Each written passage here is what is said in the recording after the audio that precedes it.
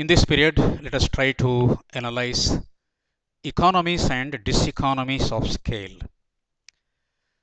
First, let us try to understand the meaning of these terms. What do you mean by economies of scale and diseconomies of scale? Economies of scale are the advantages of large scale production when a firm or an entire industry is expanded to undertake large scale production. Sometimes a firm may take the decision of expanding its business unit. In that case, what are the advantages which the firm can avail? They are all economies of scale. Therefore, economies of scale are the various advantages of large scale production when a firm expands its business unit. Similarly, diseconomies of scale are the disadvantages of large scale production. Let us study first economies of scale. Economies of scale may be of two types: internal economies of scale and external economies of scale. Internal economies are the advantages of large scale production when one individual firm is expanded to undertake large scale production. So, internal economies are purely relating to one particular individual business firm. So, what are the advantages that it can avail when it undertakes the decision of expanding its business unit to produce the goods and services on a large scale? So, there are various advantages of large scale production as far as one business firm is concerned, and they are all internal economies of scale. Let us study one by one all these internal economies of scale. Firstly, the technical economies. A business firm can adopt the most modern technique of production. It can introduce the updated technology or the most modern technology. This will improve the overall efficiency of that particular business firm. An improved technology helps to raise production and productivity because it helps to raise the capacity of that particular firm. So, production as well as productivity. Productivity means average production, production per hectare, production per labor, like that. So, the most modern technology can be introduced and adopted. This helps to reduce the cost of production also. So, a firm can enjoy the benefit of the reduction in cost of production and operation. Second advantage is managerial economies.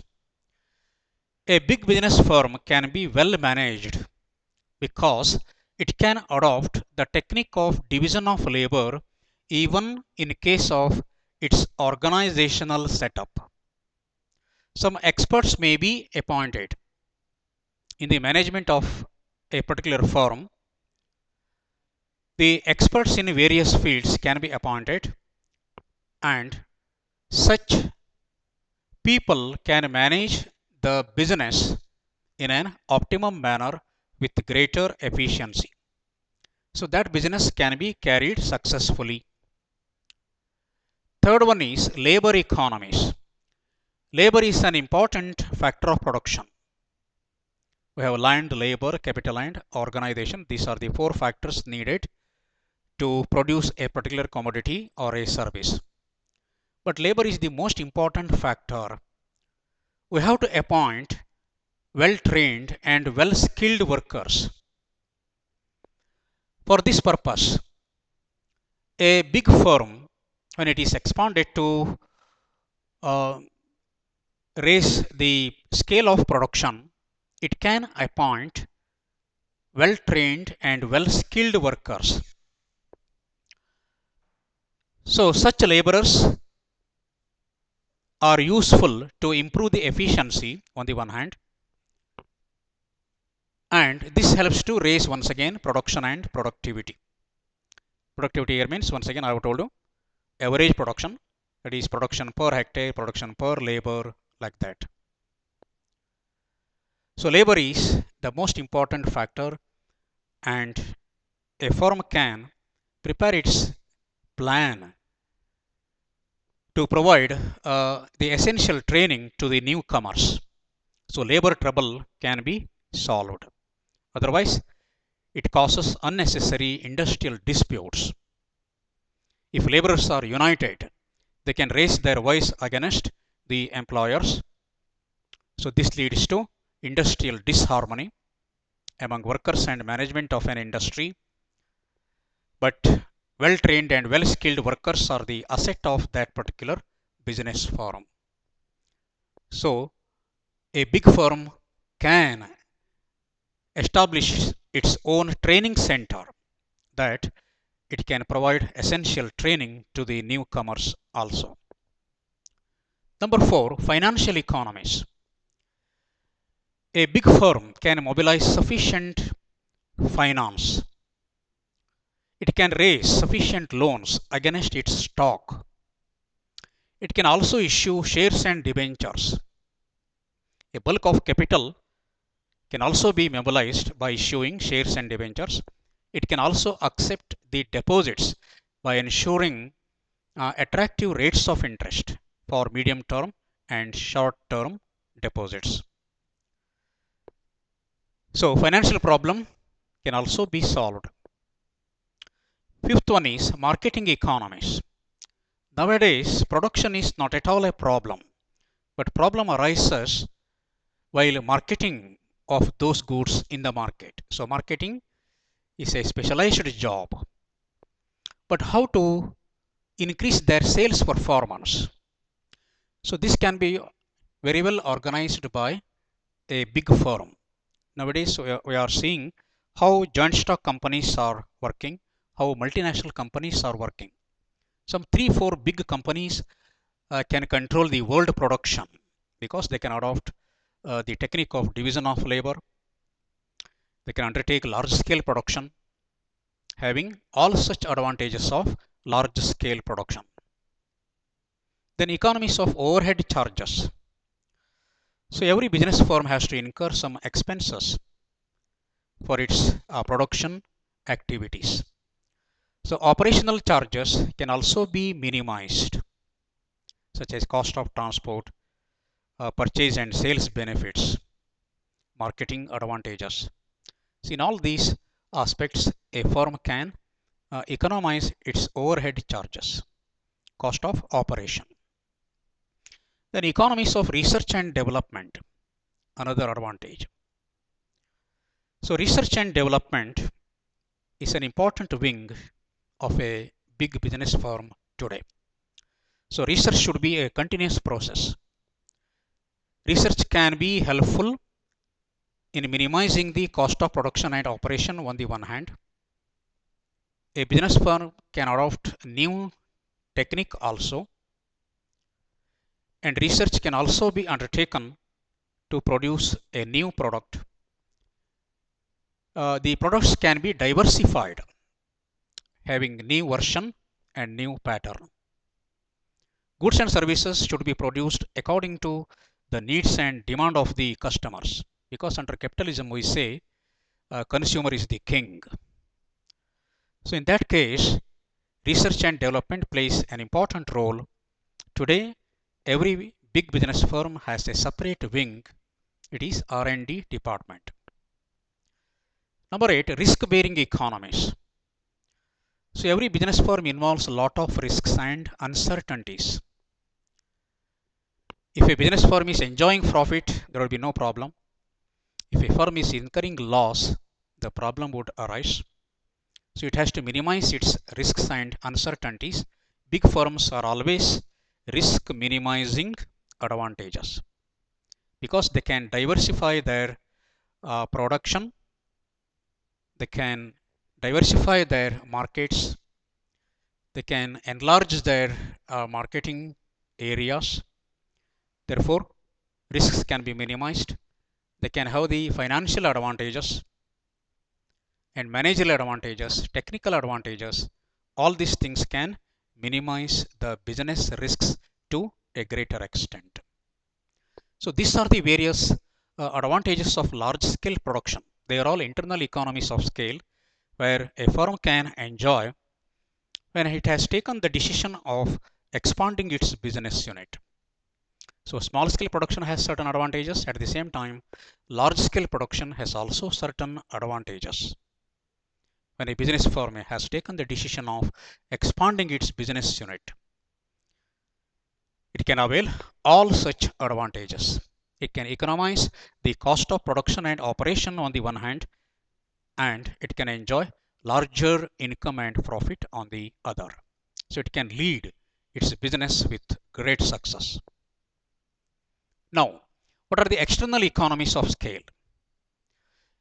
So just I have told you, external economies are all those advantages which are enjoyed by all the firms competing in a particular industry. When all firms in an industry are expanded to undertake large scale production, they can have certain advantages. I think you know the meaning of the difference between a firm and an industry. A firm is an individual producing unit. Industry means a group of producing the same product. For example, sugar industry at Mandya, it is a sugar firm.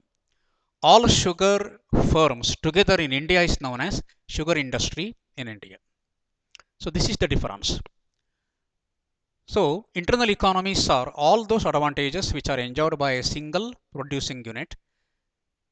External economies are all the advantages of large scale production where the entire industry can enjoy when all the firms competing in the group are expanded. Okay. Now, which are the external economies of scale? Firstly, economies of concentration or centralization. A particular industry can be concentrated in a particular locality so that it can enjoy certain common benefits.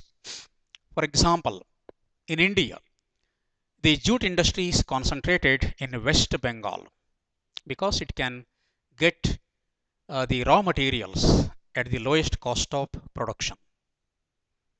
On the Bay of Bengal, the raw jute is growing naturally, so they can get sufficient supply of raw materials, and the jute industry is concentrated in West Bengal and some other states and the surrounding area. So economies of concentration or centralization. Economies of information. So today knowledge and information plays an important role, and it is a strength of that particular business industry. So spread of knowledge and information is another advantage of an industry when it is expanded. Thirdly, economies of natural factors.